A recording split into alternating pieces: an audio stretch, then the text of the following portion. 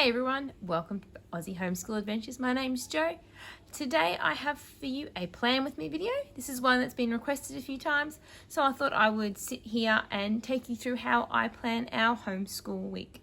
Pretty simple, I don't tend to overcomplicate it. So yeah, I'll show you what I do.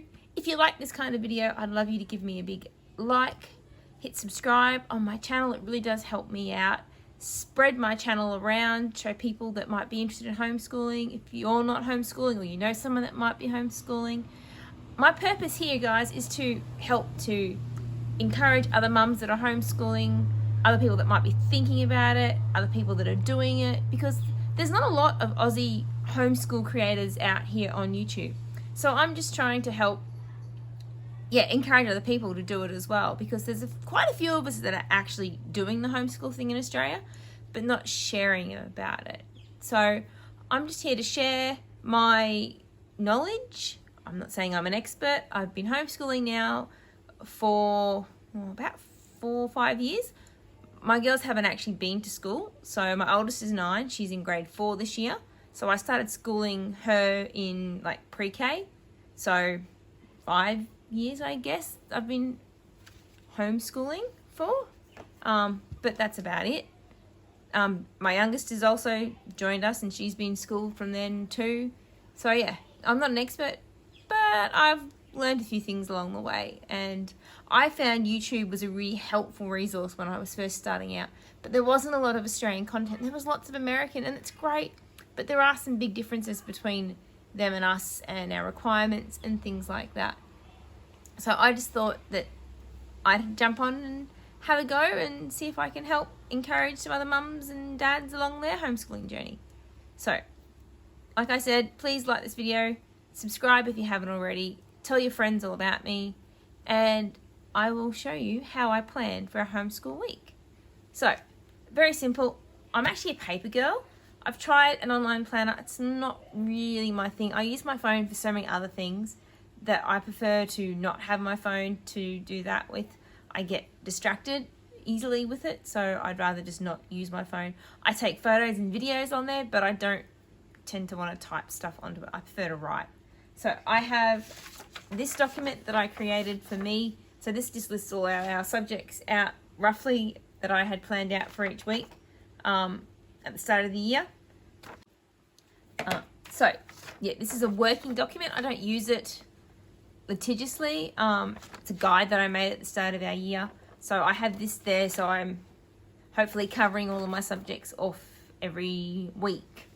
So then I use I have it all bound in just a 3-ring D-ring binder. This is the planner from Unbound Homeschooling. I will link to her website in below.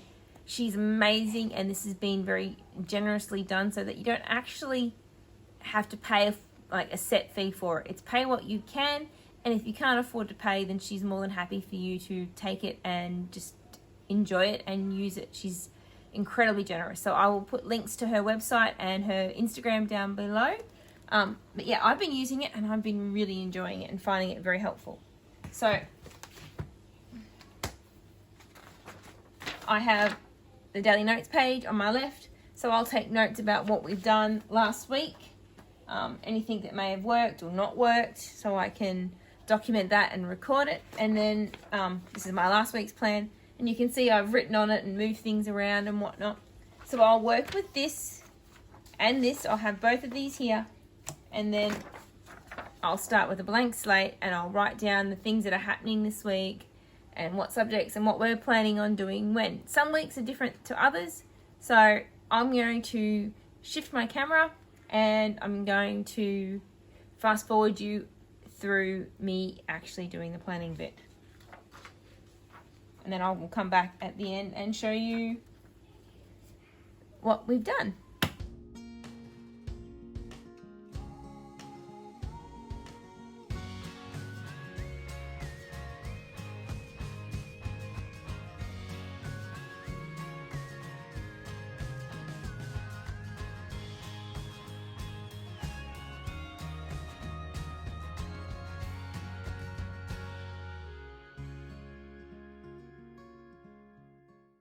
Okay, so I've done all of the writing that I'll do for now.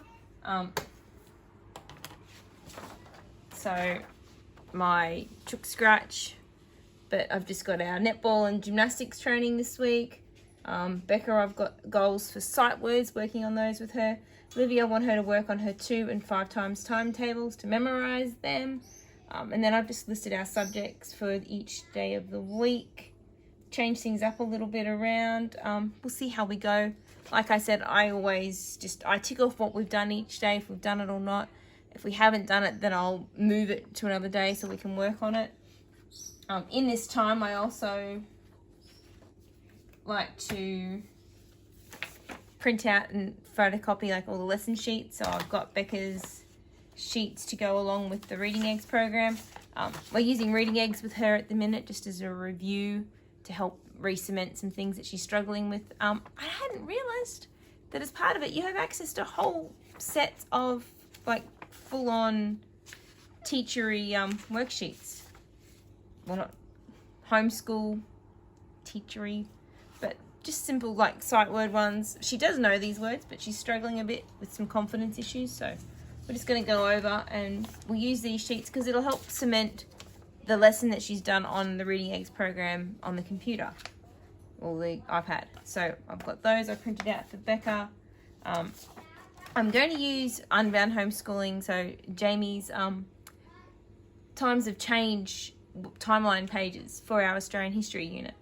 So I'm going to get them to do some stuff about our Aboriginal history because we're starting on that. Well, we're looking at that period of time last week and we'll look again this week.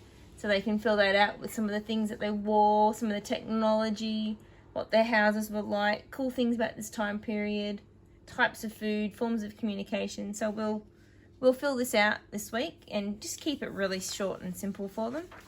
I've printed out all of Olivia's spelling activities. I give her quite a few different ones, all from the same place. This is from a Teachable Teacher. I got them off Teachers Pay Teachers, so you can just put in any list and then it will auto-generate the words, like the sheets for you with your word list on it. So they're fantastic. I've printed out our Story of the World activity sheet or photocopied it. That's one thing I will definitely not be doing. When we go from volume 1 to volume 2, I won't buy the activity book. I'm going to buy it in PDF form because then I can just print it. I find trying to bend this back and photocopy pages is a pain in the bum. So I've done all of that. I've had a little flick through the story. I flicked through the girls' maths and language book so I have an idea of the subjects that we're covering. I will have a look at our marine biology lesson and make sure I've got anything that I need prepped and ready for that for our experiments. The other thing I do as part of it is I will flick through my homeschool teacher manual. So this is all our unit studies, extracurricular subjects that I have. So I flick through this one as well. So our Bible lessons are here and I make sure that I still have the worksheets that we need. So I've got Monday's sheet and so I need to print some more Bible sheets. I'll need to print out some of our geography and culture sheets probably.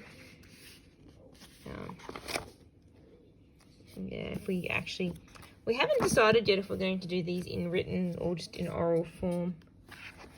We haven't started this one yet. Might start it this week. That'd be nice.